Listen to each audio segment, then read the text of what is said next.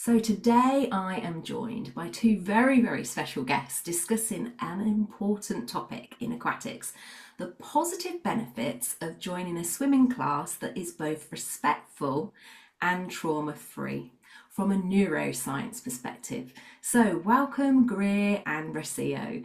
Do introduce yourself and your amazing work. Sure. Rocio, do you want to go first?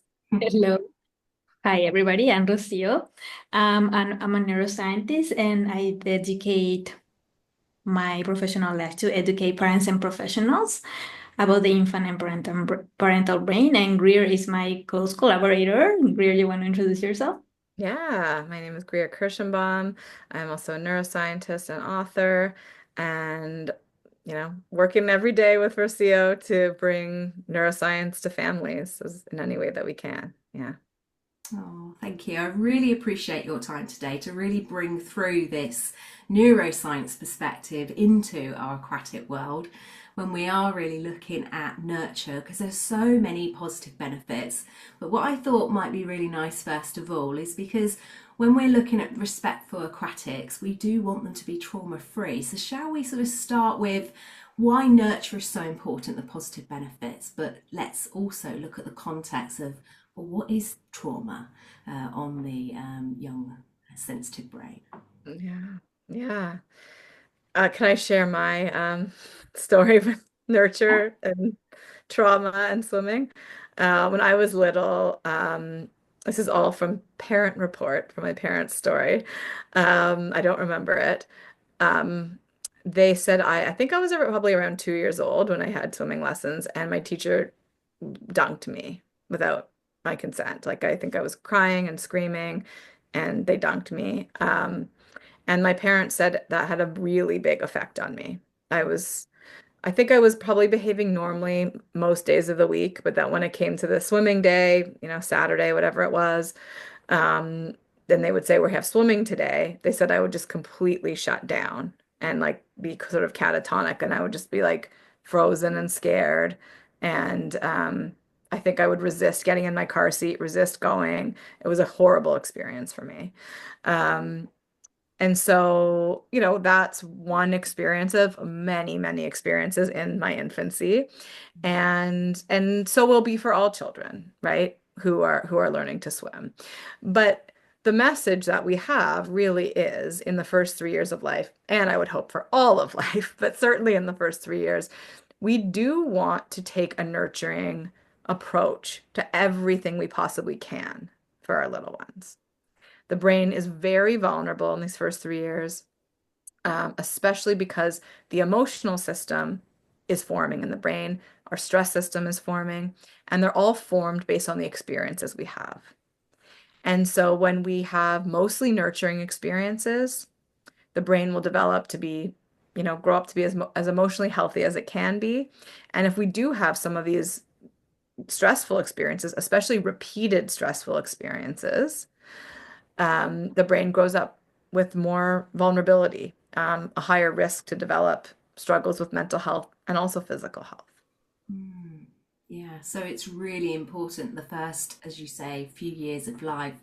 And I'm really sorry to hear about your early water start because that does sound quite traumatic. And yeah, I don't think that's typical of every swimming lesson. I think it is really important to, find aquatic practices that really sort of sit well with you, really. And, I think the thing is, it's such a big factor, isn't it? Parent choice. And we mustn't forget that water is a life giver, but it's also a life taker. So sometimes when we're choosing, a parent fear can be a factor.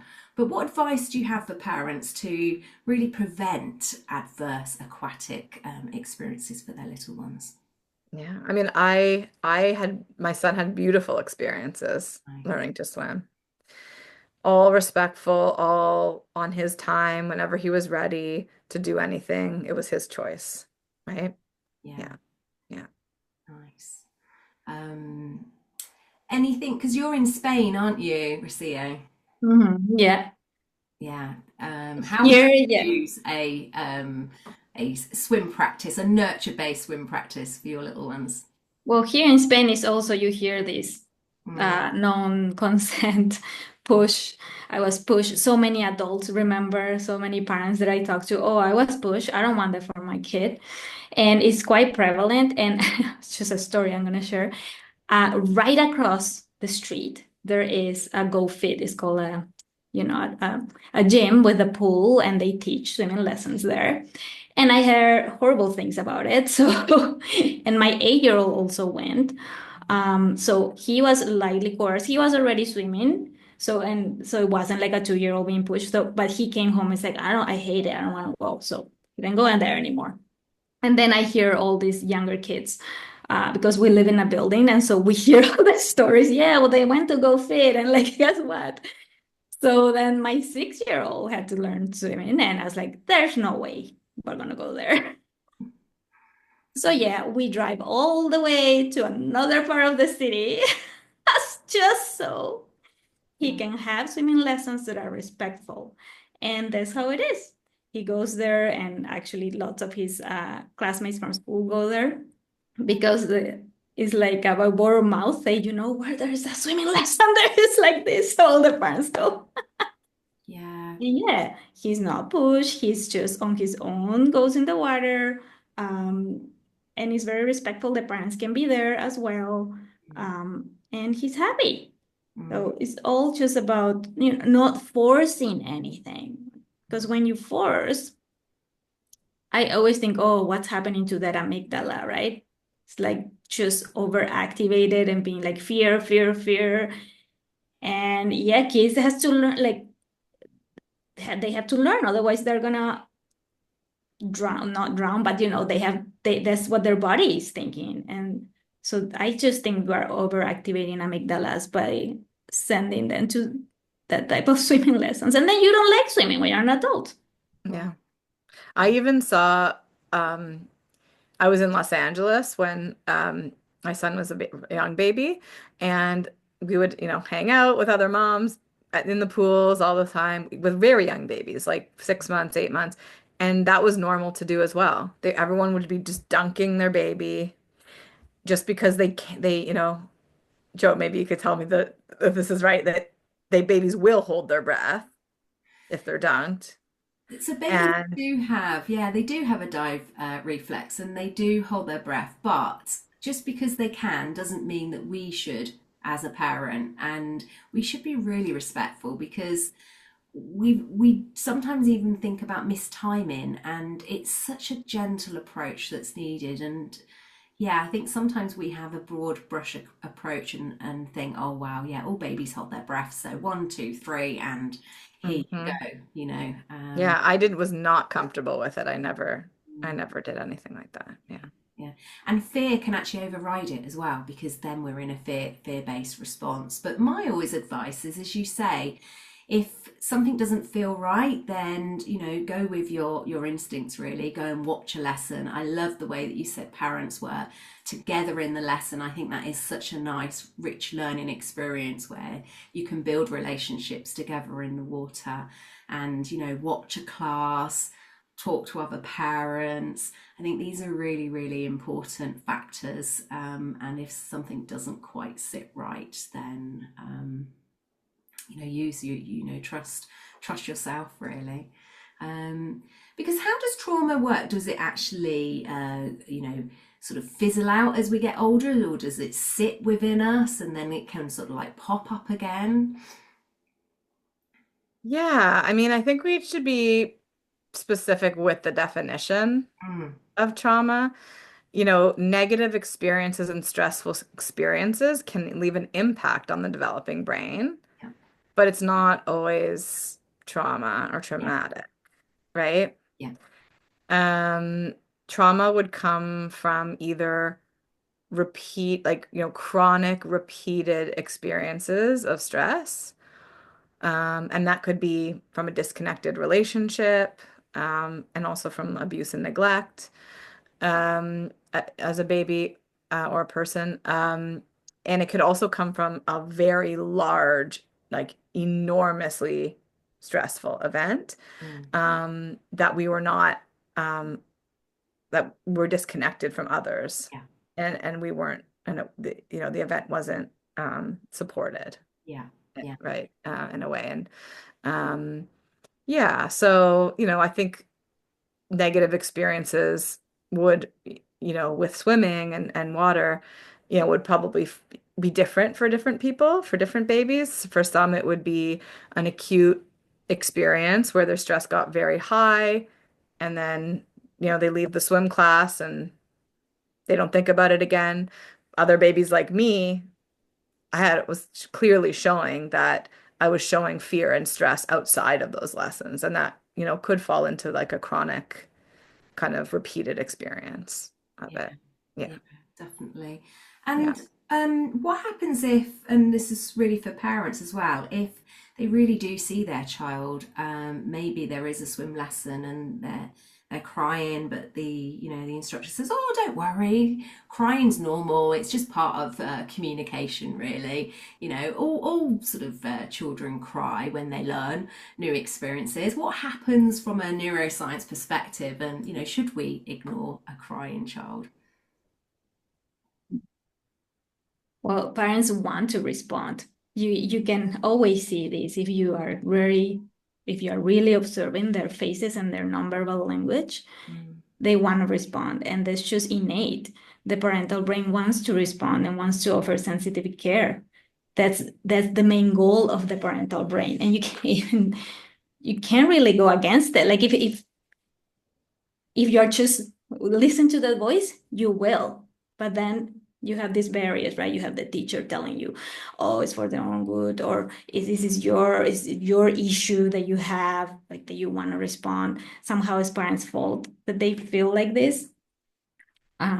Whereas like it's not like that at all. That's just how it's meant to be, and they have to respond. Mm.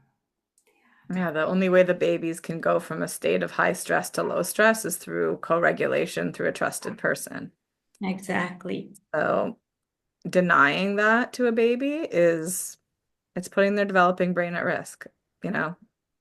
And Mm. I'll say the parental brain at risk too. Yes. Because with repeated this has not been studied, but I have this hypothesis that with repeated experiences of me watching my child being very distressed and not responding, that will create, something also in me is Yeah. something that needs to be wired, will go haywire. And it's not good for parental wellness. No, it's like overriding the system with some kind of outside interference, right? The inhibitor, that parental brain inhibitor kind of thing, right? Exactly, yes, inhibitor, that's the word, Greer, yes, inhibitor. Yeah. Yeah. And for me, it would maybe bring up, personally, my shared experience would bring up maybe shame or guilt. And at a later stage, if I hear a child cry and I just think, "Oh, actually, I do remember, not always responding because I was told, that, it's okay and don't spoil, don't spoil your child if you pick them up too much." I don't know if you've heard that expression before. My children are sort of 19 and 22, and sometimes the advice was to, they'll sort themselves out, really. And now actually I just think actually that wasn't always the best advice. Yeah. I do want to give everyone the end of my story as Yeah. well, because for people who are feeling bad, if they've done, swimming lessons like this, that aren't respectful, I went on to love swimming, and I swam several times a week for my entire childhood. Became a swimming instructor, um, worked in the summertime as a swimming teacher and lifeguard and all kinds of things. So it didn't completely separate me from the water. I still loved it, but it was an experience that I would never wish on another child. Yeah. Yeah, there was obviously some sort of repair there, that really sort of then sort of like brought you to the Yes. water. Now that you said that, I think my parents did then find someone very comforting, and safe for me to repair that relationship. Yeah. And the reason also why we're sort of talking today, because I am sent so many different things, whether it's photos or videos, and I rarely sort of like come out publicly and say, oh, I'm really not sure about this. I might just respond to that person. But as a international aquatic educator, you know, I do think it's important to bring a lens when quite clearly there is such a big impact with a film that is out there. You know, I'm not going to call it in Hollywood, but it was certainly, you know, nominated into the big film festivals, and it's called The Swim Lesson. And I think that for some people it might be seen as, you know, well, that's great, we're really teaching our little ones to swim from an early age. But I also am worried that if, you know, we don't bring out some of those threads through from a neuroscience, this is just like facts really, that, you know, there needs to be an awareness around methods that are completely no nonsense. There is absolutely black and white, the teacher's in control, and the child is clearly not respected. I know you guys have had a chance to have a little look. What are your reflections? Who wants to agree? Do you want to start first? Sure. Yeah, I mean, I saw in the film, the treatment of to babies, 2-year-olds or babies, that I would never ever want to see any child treated that way. They were in distress, crying, running to their parents for help, um, and were ignored, right? All of it was ignored. And then they were under the power of the swim instructor, forced to go under the water and swim while they were in a fear response. Um, and I just thought the whole time, it absolutely does not have to be this way. Why does it, they had all these restrictions. They have to learn it in 8 days. They have to learn it at age 2. They have to, that's not true. They could learn it over months in a very respectful way. So there was just all these conditions set up to justify this immense stress for the babies and their parents to go through. That just seemed totally unnecessary to me, but was sort of justified as necessary. Yeah, yeah. What did you see? Did you have anything sort of really stood out for you, Rocio? It was hard to watch the whole thing. Yeah, pure fear. That's fear in the faces of the babies, of the parents, and everyone is just going along with it. It's like, I tell you my thoughts. I thought, oh my God, this is, we shouldn't even be that surprised that we see these things. And I'm going to borrow the term that Greer uses here, low nurture culture. We're in low nurture culture where when babies are very small, 3, 4, 6 months, we do sleep training. We are a culture that supports sleep training. And this is just an extension of it. And Yeah. so, parents are like, I don't know if those parents sleep train or not, but if you do these things early, then later it's just another thing that is force and that you Not must. believing the communication, right? What's that? Not believing the communication of a child. Yeah, not or diminishing, just it's not important.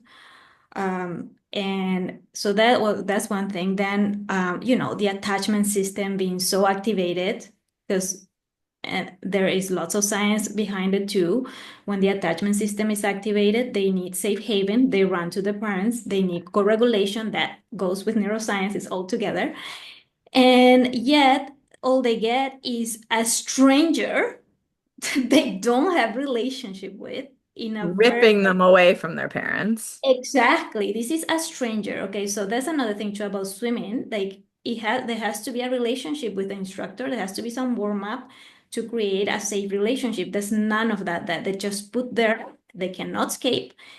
And yeah, there's just and then the water that is scary already. You have the added person that is this. There's so many layers to this.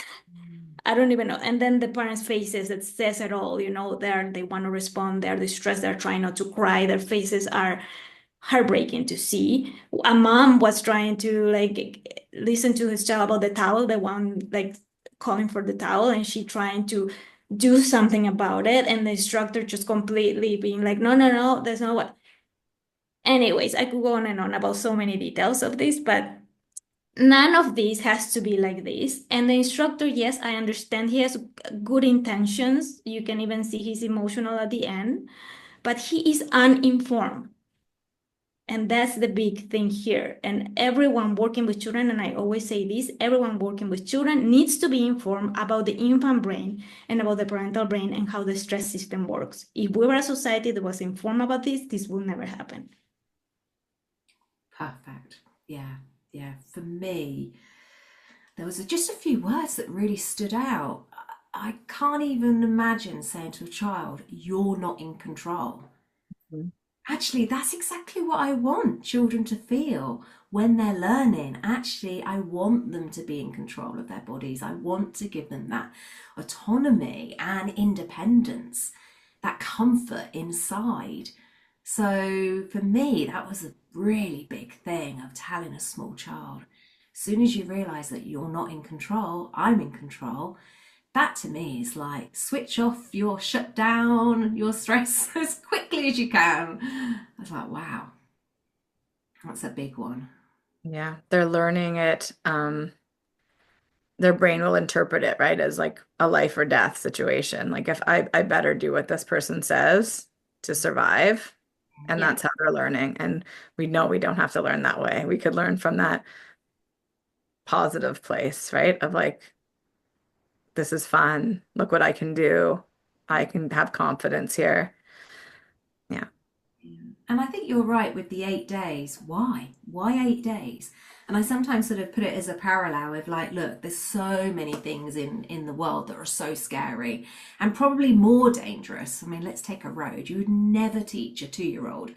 So this is a road. You've got 8 days, and I'm going to teach you road safety. And the way that we're going to teach it, here we are at the side of the road, and I'm going to use some force. It just wouldn't happen. So I just think, wow, why are we using such a quick fix in aquatics? And this has to stop because it's okay. And when we're putting the responsibility on the child, wow, I'm just think that does that mean that some parents are less responsive and not as responsible?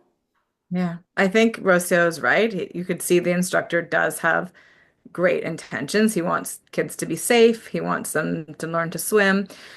But to get there, it does not have to be 8 days. Our society wants kids to learn, potty train in 2 days or 3 days on the weekend, learn to swim in 8 days, stop waking up in the night in 48 hours, right? And the brain develops on a months long trajectory and learns on a months long, months or years long for some of these things. And so it's, you know, parents are stressed. These quick fixes sound enticing if they quote unquote work. Um, and even if they do, they're not working in a way that's supporting the developing brain. So we do need to really relook at all of the things that are trying to get something ticked off a list in this short period of time because it's not realistic time scale for our little ones. And his goals, right? He has great goals, but why does it have to happen this way? Sure, pools are dangerous for 2-year-olds to be around. Can the parents take some responsibility for that safety while the child's learning? Can we teach them in a way that's going to be supportive, of their brain development? It's just framed as that this is necessary force and necessary stress for this limited amount of time, but it's so arbitrary and inappropriate, I would say. And I think you've made such a good point there. It isn't just the swim, it is our culture, and it's a culture change, which is why I feel like your work is so valuable to really bring it out. And it's, as you say, it's that revolution to really bring through such a more of a nurture lens because, it isn't just swimming. There's so many different practices out there that we need to amplify the nurture. And for me, I always think that there is a lot of focus sometimes on the end bit, the fix bit. And it's like, hang on a minute, let's go back a bit. Let's actually amplify this, because if we do more of this, then actually we don't have to worry so much about this. It's almost like the balance has gone wrong, hasn't it? That is such a good point because my son's, for example, he's been learning to ski for the past few years, right? So now he's skiing quite well this year. And it's it's not even about the skiing. It's that he has confidence. He's learning to be independent. He's learning he can go get a snack by himself. He can go get his equipment together. He can go for a run by himself. It's all of the amazing skills that he's gaining in the process of learning. It's not about what does he look like going down the hill, Yeah. right? And I understand for swimming, there's the safety part as well. So maybe there is a little bit more of that. But I think it's an important thing for all of us to know that life is the journey, not the destination for all things, right? Yeah, definitely, definitely. Well, there is definitely a positive through all of this, and that means that, as an aquatic industry, we are amplifying these voices. And as I say, it's so amazing that we've come together today to sort of like bring this through for parents to see as well. And there is a network that's forming, and it is called the Global Network of Respectful Aquatic Education for Children's Rights, which is really new, that is starting to speak out, but do a lot more research and bring this science through. So more and more parents can be informed, which is a really sort of positive outcome from this awareness, really, that we do see sometimes with these nonsense methods. And I'd love to signpost your work as well, because it's such part of the puzzle, with, again, educating through nurture. So Yeah. Can I ask you one quick question first? For all the parents listening, could you assure us that kids could learn to swim and learn all their swim safety in this other respectful way? I think like yeah, that's important. Yeah. definitely. And a lot of the questions that I get asked is, when will my child learn to swim? And then I always pop it back onto the parent and I say, well, when did they learn to walk? When will they learn to ride a bike? When will they learn to write? It's all these same, why do we have to put these really short parameters? But whilst I can't, and I don't always know that, what I can promise them that it will be a partnership approach. We work with parents in the water, and the one key thing is trust, is actually having trust in your child. They are so capable. So where we don't sort of look at what they can't do, we start with, well, let's have a look, even little babies. Let's really magnify those magical moments of what they can do, rather than really sort of thinking ahead of ourselves and then just layer it on. Because once we see that, then we put so much more. It's like a two-way positive experience of like, wow, you're so amazing. Last week I could just see you couldn't even hold a toy, and I could see your eyes tracking, but wow, this week you're actually holding the toy. That's a really big thing for a baby. Or wow, you actually found your hand and you can soothe yourself in the pool. And sometimes we forget these really small milestones. So 100%, there are so many positive experiences. So we say all children can learn in their own time and own way, and that is something to really celebrate. And we can keep them safe Mm, too, right? Yeah. yeah, definitely. And it's learning about the whole environment impact, really, and how we can play our part rather than just, putting it on the child as well. So thank you for that question. But I'd love to know about your work and where we could find you and what you're up to right now. Yeah. Well, right now, Rocio and I are launching our professional certification. Mm, So for anyone who works with babies, we have a certification that will go deep dive into infant brain development, parent brain development, and nurture in those first 3 years for babies and parents. And we'll teach people to work with infant sleep and also to lead pregnancy circles and mom and baby circles to just boost nurture for everyone in a really immersive way. So that's our new exciting baby that we've just given birth to. And otherwise, you can find me on my website, nurture-neuroscience.com, or my Instagram, Dr. Greer Kirshenbaum. Perfect. And Rocio has some contacts too. Yeah, I'll pop. Yeah, and you can put them below the show notes. But yeah, that's our main thing right now, our certification. Yeah, I know. I think it's going to be amazing. As you say, we need more professionals leading with that nurture way. So thank you so much for your time and sharing today. So thank you. Thank you. Um,